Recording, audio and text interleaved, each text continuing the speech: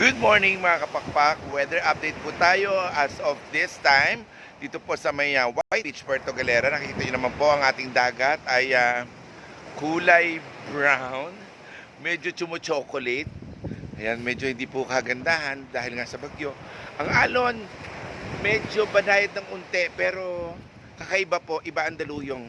Tapos dito naman po sa White Beach, ayan, kanina lamang po ay naglindol ng inabot po ng 5.2 ang lakas po ang magnitude yan. Kasalukuyan kaming nasa loob nun ng Agbing Seaside View Resort.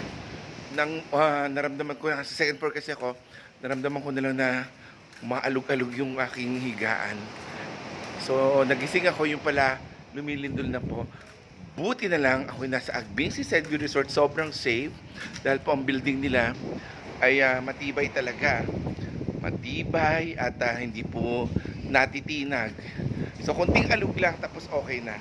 Gusto ko po iparating sa lahat po ng mga kaibigan natin na nandiyan dyan po na nag-aalala. Okay po kami, bagamat ang sentro po ng lindol ay dito naganap mismo sa Puerto Galera. Safe po kami at sana po wala nang susunod pa na aftershock.